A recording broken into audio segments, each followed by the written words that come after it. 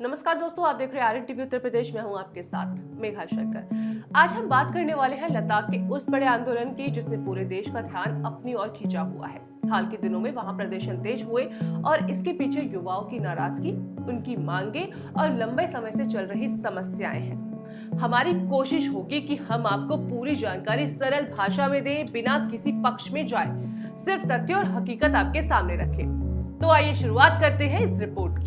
दोस्तों, कुछ दिनों से लद्दाख से भारी विरोध और उथल पुथल की खबरें आ रही हैं। लेह में एक भाजपा कार्यालय पर आग लगने, कुछ लोग घायल होने और कुछ की मौत की रिपोर्ट सामने आई है। ये बहुत दुख की बात है कि घटनाएं इतनी तेज थी कि स्थानीय प्रशासन और पुलिस को कड़ी चुनौती का सामना इसमें करना पड़ा। ऐसी हिंसा किसी भी हाल में सही नहीं। हम शांति और संवैधानिक तरीके से ही अपनी बात रखनी चाहिए, ये हमारी आपसे अपील है। तो अब सवाल उठता है, ये मामला अचानक कैसे हुआ? पीछे 5 साल से चल रही असंतोष और मांगे हैं। लद्दाख के युवाओं का बेरोजगारी से जुड़ा होना, स्थानीय लोगों को सरकारी नौकरियों में प्राथमिकता दिए जाने की मांग और सबसे बड़ी मांग जो इसमें शामिल है वो है लद्दाख के विशेष संवैधानिक सुरक्षा यानी संविधान की 6ठी अनुसूची में शामिल करना और तथ्य पूर्ण राज्य का दर्जा देना। इन मुद्दों पर लंबे समय से आवाज उठाई जा रही है। सोनम वांगचुक ने जैसे लोगों ने शांति तरीके से आंदोलन भी किया, भूख हड़ताल भी की और दिल्ली तक आंदोलन भी पहुंचाया, पर इन्हें लगता है कि उनकी बातें सरकार तक पूरी तरह नहीं पहुंची और आपने उनकी वीडियो सोशल मीडिया पर भी लगातार बहुत वायरल देखे होंगे। इस बात को भी समझना जरूरी है कि 2019 में जम्मू कश्मीर के पुनर्गठन के बाद लद्दाख एक केंद्र शासित प्रदेश बना। इसका मतलब ये हुआ कि वहां विधानसभा नहीं है और स्थानीय रूप से निर्णय लेने की सीमाएं बढ़ गई हैं। अन्य कुछ केंद्र शासित प्रदेश में विधानसभा होती है, जैसे दिल्ली, जम्मू कश्मीर, पुडुचेरी, लेकिन लद्दाख में फिलहाल ऐसा अब तक नहीं है। और यही वजह है कि स्थानीय लोग कहते हैं हमारा भी विकास, हमारी भी राजनीति, हमारी भी हिस्सेदारी होनी बेहद जरूरी है। अब 6ठी अनुसूची क्या देती है?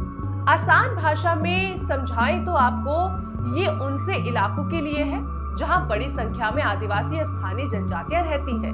इस अनुसूची के तहत स्थानीय लोगों को अपनी जमीन, संसाधन और सांस्कृतिक अधिकारों की सुरक्षा और स्वशासन के कुछ अधिकार मिलते हैं। लद्दाख के लोग आशा करते हैं कि 6ठी अनुसूची में शामिल होने से उनकी जमीन, संसाधन और पारंपरिक तरीके सुरक्षित रहेंगे और स्थानीय निर्णय प्रक्रिया उनकी मजबूत होगी। लद्दाख की आज की प्रमुख 4 मांगे संक्षेप में आपको समझाऊं तो संविधान की 6ठी अनुसूची में शामिल करना, लद्दाख को पूर्ण राज्य का दर्जा देना जिससे विधानसभा, स्थानीय सरकार और राज्य स्तरीय निर्णय संभव होंगे, लेह और कारगिल के लिए अलग अलग लोकसभा प्रतिनिधि सीटों की मांग ताकि स्थानीय आवाज संसद में बेहतर उठ सके, सरकारी नौकरियों में स्थानीय भर्ती सुनिश्चित करना ताकि युवा बेरोजगारी और पलायन कम हो। तो दोस्तों, इन मांगों के राजनीतिक और प्रशासनिक पहलू बहुत जटिल है। जमीनी नीति, राष्ट्रीय सुरक्षा, संसाधन वितरण और सांस्कृतिक संरक्षण, इन सबको संतुलित करना आसान नहीं। इसलिए संवाद, शांति और संवैधानिक रास्ते ही सबसे कारगर होंगे। हिंसा से कोई समस्या स्थायी रूप से हल नहीं हुई है और न अब तक आगे होगी। बढ़ते ही दुश्मनी से समाज को ही नुकसान होता है।